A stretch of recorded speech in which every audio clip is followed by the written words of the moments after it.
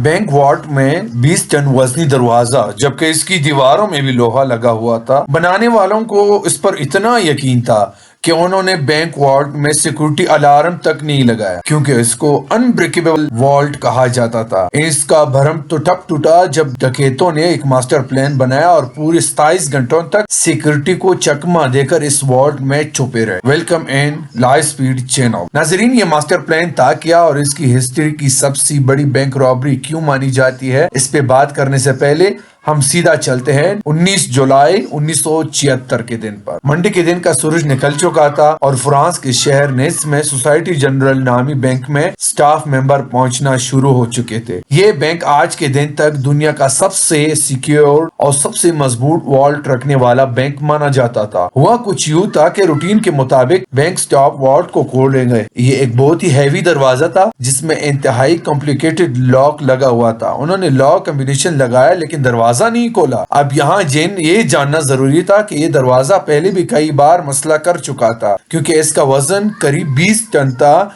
इस वजह से अक्सर ये फंस जाया करता था। बैंक स्टाफ को लगा कि हमेशा की तरह आज भी ये फंस गया है। उन्होंने वॉल्ट बनाने वाली कंपनी से कांटेक्ट किया।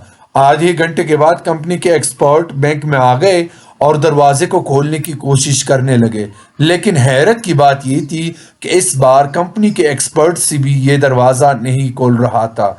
उन्होंने कई मर्तबा कोशिश की लेकिन ये दरवाजा किसी भी सूरत खोलने को तैयार ही नहीं था। बात अब सीरियस होती जा रही थी क्योंकि कस्टमर की लाइन लगी थी और ये अब बैंक की इज्जत का सवाल था। आखिरकार 3 घंटों के बाद उन्होंने फैसला किया कि वॉल्ट की दीवार में ड्रिल करके सुराख करके देखा जाए कि आखिर दरवाजे में ऐसा क्या मसला हुआ है। वॉल्ट के दरवाजे पर किसी फोर्स एंट्री की दीवार के निशानात भी नहीं थे और इसकी चारों दीवारों पर भी किसी किस्म के निशानात नहीं पाए गए। हैवी ड्यूटी ड्रिल मशीन के जरिए से जब सुराख किया तो अंदर से देखा वॉल्ट के दरवाजे को अंदर से वेल्ट कर दिया गया है, वेल्ट करके बंद किया। ये मंजर देखकर इस पर यकीन लाना बहुत मुश्किल था, क्योंकि वॉल्ट में जाने का सिर्फ एक ही रास्ता था। ना ही इसके अंदर कोई रोशनदान था और ना ही कोई खिड़की। इन्हें वॉल्ट के अंदर इम्पॉसिबल था जाना। अब ये देखकर सबको इतना एहसास तो हो चुका था कि यहाँ कुछ न कुछ तो एबनॉर्मल जरूर हुआ है। उन्होंने मशीनरी मंगवाई और वॉल्ट की दीवार को तोड़कर जाने का फैसला किया। ये काम काफी टाइम लेने वाला था, क्योंकि दीवारें नॉर्मल दीवारों से काफी मोटी थी और इनके बीच में लोहा भी इस्तेमाल हुआ था।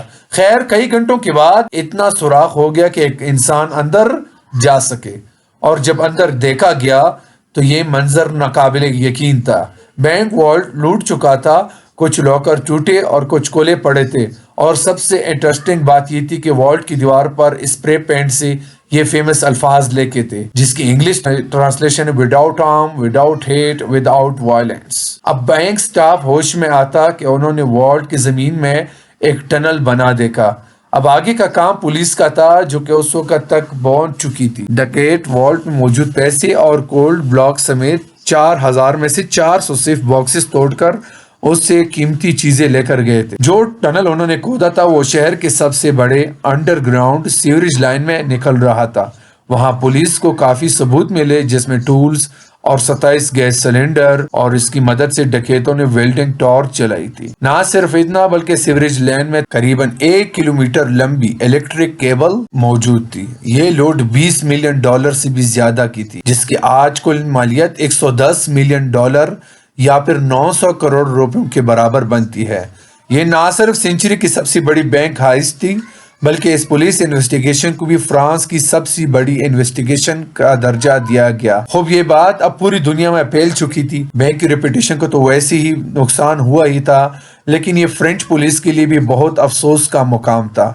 अगले कई महीनों तक पुलिस ने एड़ी चोटी के जोर लगाकर आसपास के लोगों को इन्वेस्टिगेट किया, बैंक के स्टाफ को इंटरोगेट किया, लेकिन कहीं से भी डकैतों का कोई सुराग न मिल सका। फिर 3 महीने के बाद अक्टूबर 1976 में पुलिस को एक बड़ी लीड मिली। डकैतों के ग्रुप के मेंबर अपनी ही गर्लफ्रेंड के टिप पर पकड़ा जा चुका था। पहले तो वो मान नहीं रहा था, लेकिन जब पुलिस ने उसकी तबीयत साफ करी तो वो बोल पड़ा اور پوری گینگ کا نام لے پڑا۔ پولیس کے لیے حیرانگی کی بات یہ تھی کہ یہ گینگ چھوٹی موٹی چھندی چوریوں کے لیے جانا مانا جاتا تھا۔ اتنی بڑی بینک ہائسٹ انہوں نے کی، یہ بات کچھ ہضم نہیں ہو رہی۔ اس پلان کا ماسٹر مائنڈ اصل میں کوئی اور ہی تھا۔ انٹروگیشن کے دوران گینگ ممبرز نے پولیس کو ایک شخص کا نام دیا جو کہ ان کے مطابق چوری کا ماسٹر مائنڈ تھا۔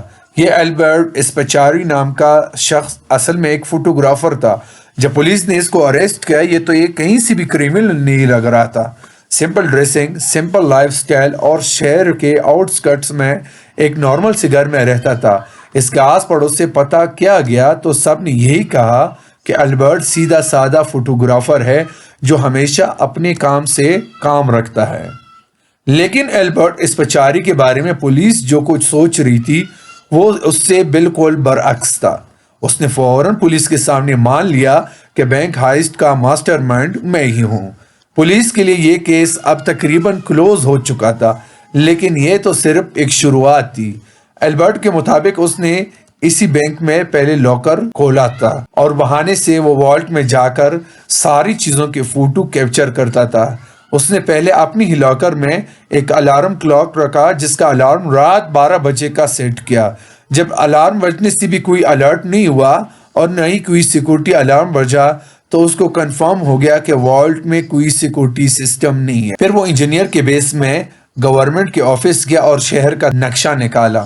اس میپ پہ سیوریج لائن کہاں اور بینک سے کتنی دور ہے اس کا اندازہ لگایا۔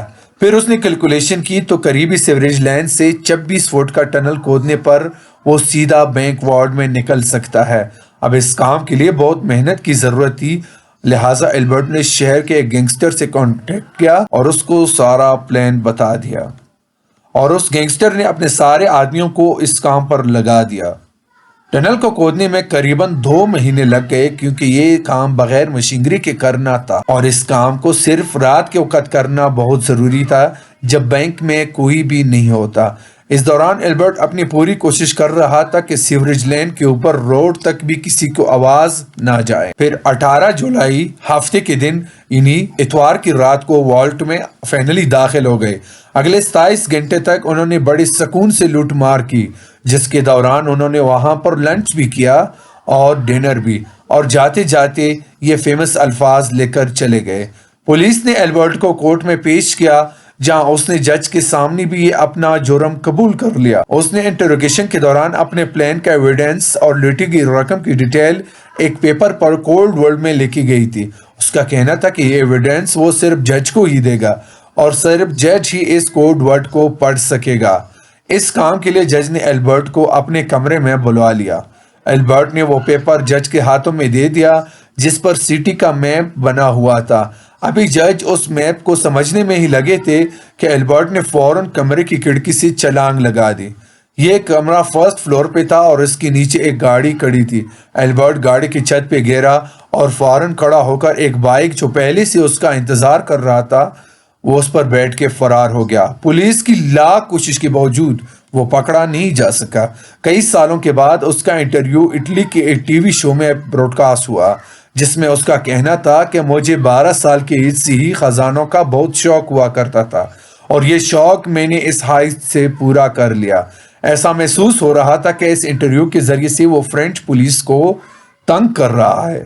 اس کے بعد البرٹ کہاں گیا یہ مسٹری آج تک سالو نہیں ہو پائی۔ 1989 میں البرٹ اسپچاری کی موت ہو گئی۔ اس کی ماں کا کہنا تھا کہ البرٹ کی ڈیڈ باڈی کو اس کے گھر کے باہر کوئی رکھ کے آیا ہے۔ امید ہے کہ لائف سپیڈ چینل کی یہ ویڈیو بھی آپ لوگوں کو پسند آئی ہوگی۔ آپ لوگ ہمارے چینل کو سبسکرائب کریں اور لائک کریں۔ ملتے ہیں اگلے ویڈیو میں۔ Thank you.